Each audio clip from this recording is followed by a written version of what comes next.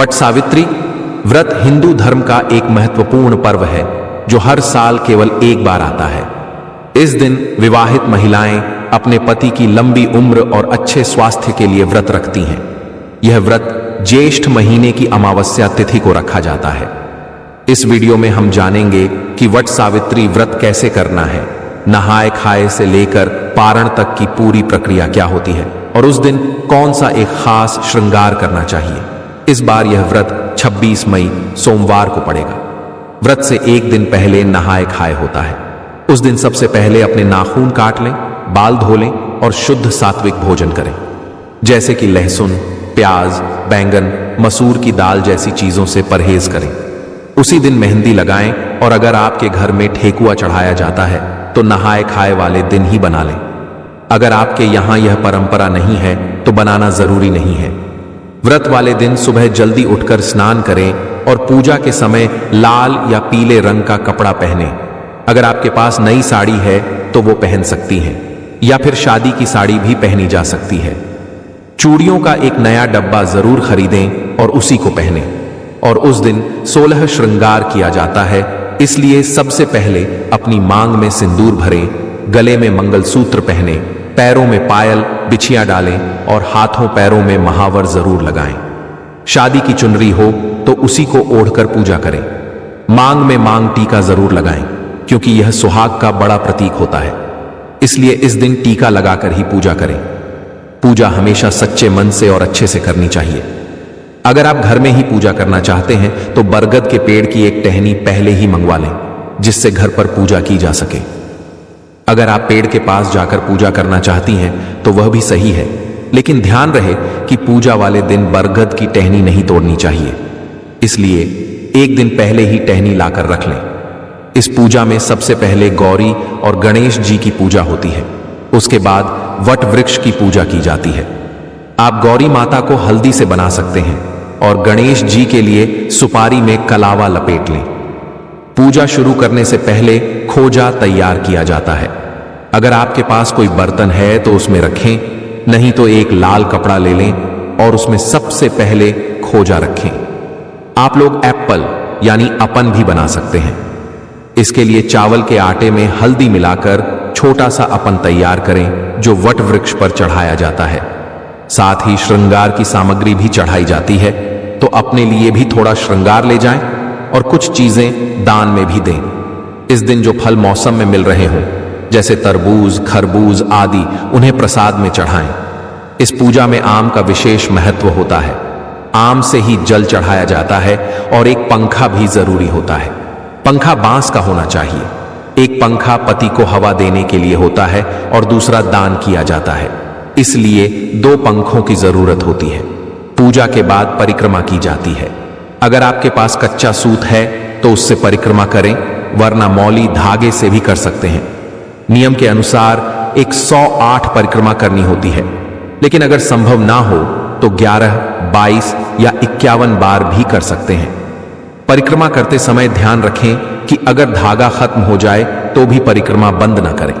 परिक्रमा की गिनती याद रखने के लिए आप अपने हाथ में चना ले सकते हैं और एक पैकेट सिंदूर भी रखें। हर चक्कर के बाद एक चना रख लें ताकि गिनती बनी रहे। सिंदूर और चना वट वृक्ष पर चढ़ाया जाता है। सुहाग की चीजें जैसे चूड़ी, सिंदूर, बिंदी आदि जरूर चढ़ाएं। अगर आप चाहें तो 16 श्रृंगार की सारी चीजें भी चढ़ा सकती हैं। पूजा के अंत में कुछ न कुछ दान में जरूर दें। पूजा पूरी करने के बाद इस दिन पति पूजन भी किया जाता है। जब आप पूजा कर लें तो घर आकर पति पूजन करें। उसके बाद आप लोग पति का पूजन कीजिएगा। सबसे पहले पति के पैर जल से धोएं, फिर पंखे से हवा करें, माथे पर टीका लगाएं और उनके हाथ में कलावा बांधें। जो भी भोग या प्रसाद आपने तैयार किया है वह पति को खिलाएं, इसलिए पति पूजन करना जरूरी होता है। पूजा के बाद आप कोई भी मीठा शरबत या पेय ले सकते हैं। इस व्रत में सिर्फ नमक नहीं खाया जाता, बाकी आप मीठा भोजन कर सकते हैं। पूजा के बाद आप जो भी खाना चाहें खा सकते हैं, लेकिन ध्यान रखें कि सूर्यास्त से पहले ही भोजन कर लें। सूर्यास्त के बाद कुछ भी नहीं खाना चाहिए। व्रत का पारण अगले दिन किया जाता है, इस बार बट सावित्री व्रत 26 तारीख सोमवार को रखा जाएगा और नहाए खाए की तिथि 25 तारीख रविवार है। व्रत का पारण 27 तारीख मंगलवार को होगा। जो महिलाएं पहली बार यह व्रत करना चाहती हैं वे कर सकती हैं, क्योंकि इस बार कोई मलमास या अधिक मास नहीं है। अगर आप व्रत करना चाहें तो जरूर करें। पूजा पूरी होने के बाद जितनी भी सुहागन महिलाएं हों उनकी मांग में सिंदूर जरूर लगाएं और उन्हें प्रसाद भी दें। दोस्तों, आप साधारण तरीके से भी पूजा कर सकते हैं। इसके लिए पूजा के दिन एक टोकरी में रेत भरकर उसमें ब्रह्मा जी की मूर्ति स्थापित करें और दूसरी टोकरी में सावित्री जी की मूर्ति रखें। एक और टोकरी में सत्यवान और सावित्री की मूर्तियां रखें। इन टोकरियों को वट वृक्ष के नीचे रखें। पहले ब्रह्मा और सावित्री की पूजा करें, फिर सत्यवान और सावित्री की पूजा करें। उसके बाद वट वृक्ष को जल, फूल, मूली, होली, कच्चा दूध, चना, गुड़ और धूप दीप से पूजन करें। जल अर्पित करके वृक्ष के चारों ओर कच्चा धागा 3 बार लपेटकर परिक्रमा करें। बट के पत्तों की माला पहने और सावित्री कथा का श्रवण करें। पूजा में जो सामग्री उपयोग में आती है उनमें मूर्तियां, बांस का पंखा, लाल कलावा, धूप, फल, फूल, होली, सुहाग की चीजें, पूरियां, बरगद का फल और जल से भरा हुआ कलश शामिल है।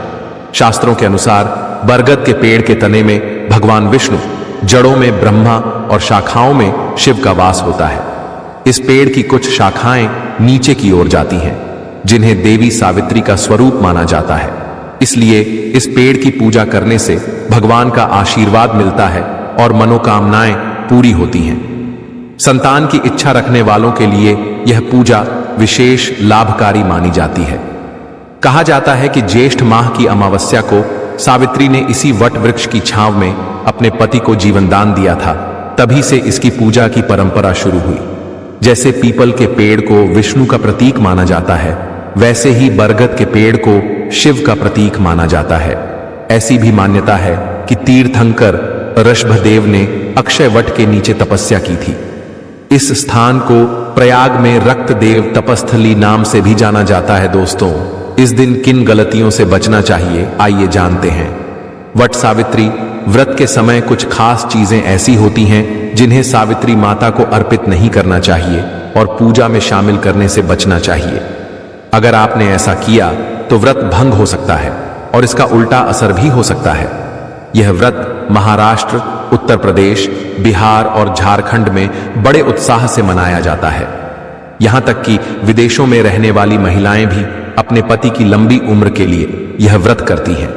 दोस्तों, आगे बढ़ने से पहले सच्चे मन से कमेंट करें, जय माता सावित्री। माता के लिए एक लाइक जरूर बनता है और ज्ञानवर्धक टेल्स को सब्सक्राइब करके बेल आइकन भी जरूर दबाएं। दोस्तों, वट सावित्री व्रत इस बार सोमवार को रखा जाएगा। अमावस्या तिथि शुरू होगी 26 मई को शाम 2:55 पर और समाप्त होगी उसी दिन रात 4:09 पर। इसलिए इस बार व्रत 26 मई सोमवार को रखा जाएगा।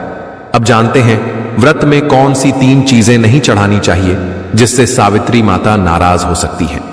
पहली चीज, काले कपड़े इस दिन नहीं पहनने चाहिए, क्योंकि इसी दिन शनि जयंती भी होती है और शनि देव को काले कपड़े चढ़ाना उचित होता है, लेकिन सुहागिनों के लिए यह शुभ नहीं माना जाता। दूसरी चीज, सफेद कपड़े भी न पहने, क्योंकि ये विधवा रूप का प्रतीक माने जाते हैं। इस दिन लाल रंग के कपड़े पहनना शुभ होता है, जिससे माता सावित्री प्रसन्न होती हैं और आपको अखंड सौभाग्य का आशीर्वाद मिलता है। तीसरी बात, श्रृंगार सामग्री का दान इस दिन जरूर करें, लेकिन ध्यान रखें कि जो सामान आप खुद इस्तेमाल कर चुकी हैं उसे दान न करें। नया सामान खरीदकर ही दान करें। इससे घर में सुख समृद्धि बनी रहती है और पति पर कोई संकट नहीं आता। अब बात करते हैं कुछ और बातों की। शास्त्रों के अनुसार व्रत वाले दिन नमक का सेवन नहीं करना चाहिए। घर में मांस मदिरा का सेवन बिल्कुल न करें और इस दिन संयम से रहें।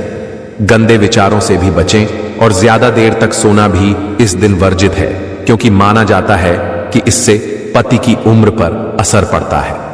व्रत वाले दिन सूर्योदय से पहले उठकर स्नान करें और मन से पूजा करें। एक जरूरी बात, और सावित्री व्रत, करवा चौथ या किसी भी व्रत में जो पति की लंबी उम्र के लिए रखा गया हो, उसमें मांग में थोड़ा लंबा सिंदूर लगाना चाहिए। इससे पति की उम्र लंबी होती है और देवी प्रसन्न होकर सौभाग्यवती का वरदान देती है। वट सावित्री के दिन भी मांग में सिंदूर जरूर लगाएं और थोड़ा लंबा लगाएं। मांग में ज्यादा से ज्यादा सिंदूर भरना चाहिए, क्योंकि सिंदूर को सुहाग का प्रतीक माना जाता है और इसे लगाने से पति की उम्र लंबी होती है। इसीलिए ध्यान रखें कि सिंदूर कम न लगाएं, ताकि जीवन में सुख शांति बनी रहे और पति की उम्र में वृद्धि हो। दोस्तों, नंबर 6, वट सावित्री। व्रत के दिन सावित्री माता को लाल फूल चढ़ाना चाहिए। लाल फूल प्रेम, ऊर्जा और सौभाग्य का प्रतीक होता है। यह माता को प्रसन्न करता है और आपके वैवाहिक जीवन में सुख समृद्धि लाता है। नंबर 7, इस दिन घर में मीठे पकवान जरूर बनाएं और माता को भोग लगाएं। यह परंपरा न सिर्फ माता को प्रिय है, बल्कि इससे घर का वातावरण भी सकारात्मक बनता है। नंबर 8, कुछ महिलाएं इस दिन को हल्के में लेकर ब्यूटी पार्लर जाकर बाल कटवा लेती हैं, जो कि धार्मिक रूप से गलत माना जाता है। वट सावित्री और करवा चौथ जैसे व्रतों के दिन बाल या नाखून नहीं कटवाने चाहिए, क्योंकि यह अशुभ माना जाता है और इससे जीवन साथी की उम्र पर असर पड़ सकता है। नंबर 9, इस दिन पूजा में जो भी चीजें अर्पित करें वह सही और साबुत होनी चाहिए।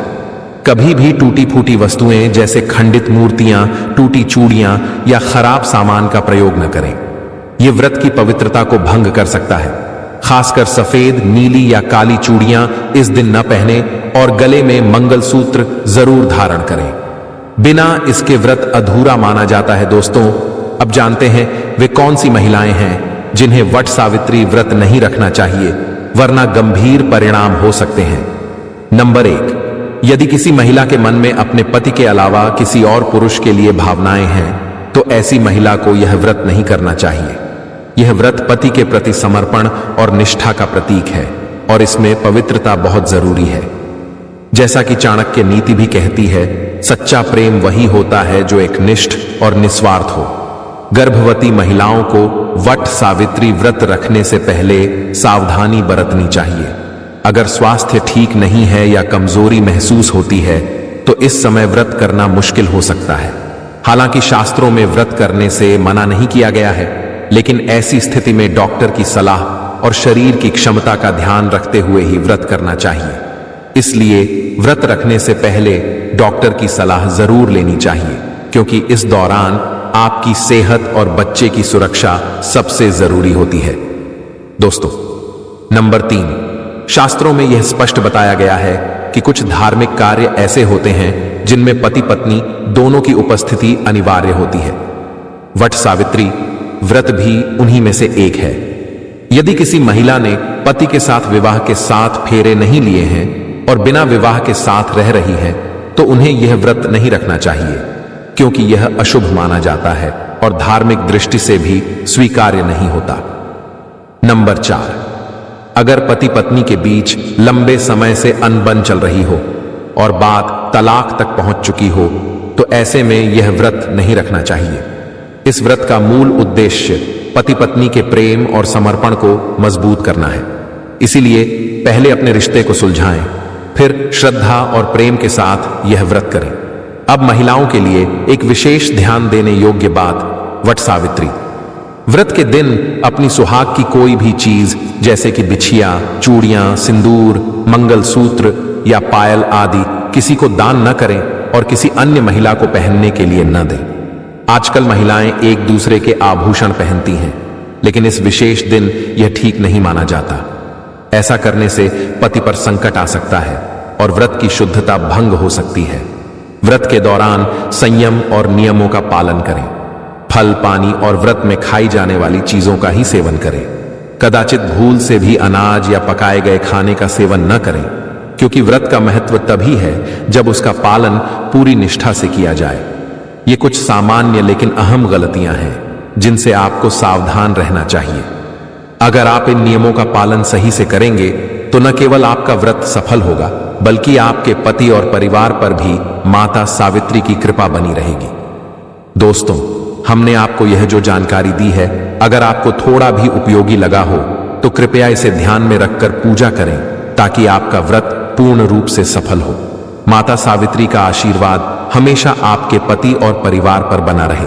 वीडियो थोड़ा भी पसंद आया हो तो इसे लाइक जरूर करें और उन सभी बहनों के साथ शेयर करें जो वट सावित्री व्रत करती हैं। कमेंट बॉक्स में जरूर लिखें जय माता सावित्री। आपका एक छोटा सा कमेंट हमारे लिए बहुत मायने रखता